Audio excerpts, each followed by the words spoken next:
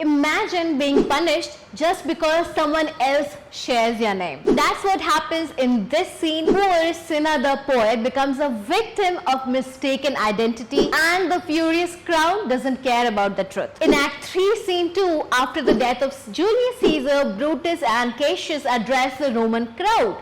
Brutus spoke first. He explained his motives and demand and claimed that he loved Rome more than Caesar. Then Mark Antony gave his speech and very cleverly he turned the crowd against the conspirators by exposing Caesar's will and showing his words. So the crowd was enraged, heading towards outrage and revolt. Now what happens in Act 3, Scene 3 is that a man named Cinna the poet is walking towards Caesar's funeral. He reflects on an ominous dream. Ominous means bad dream.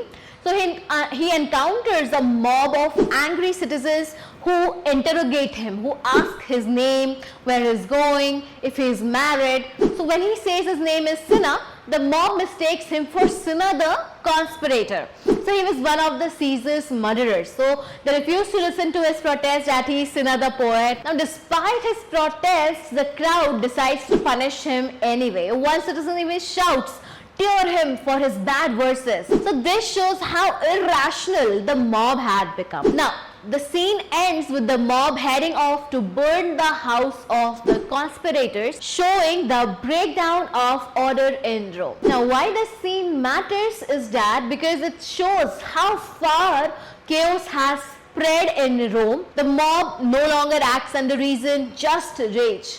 बदले की आग में वो सब भूल चुके हैं.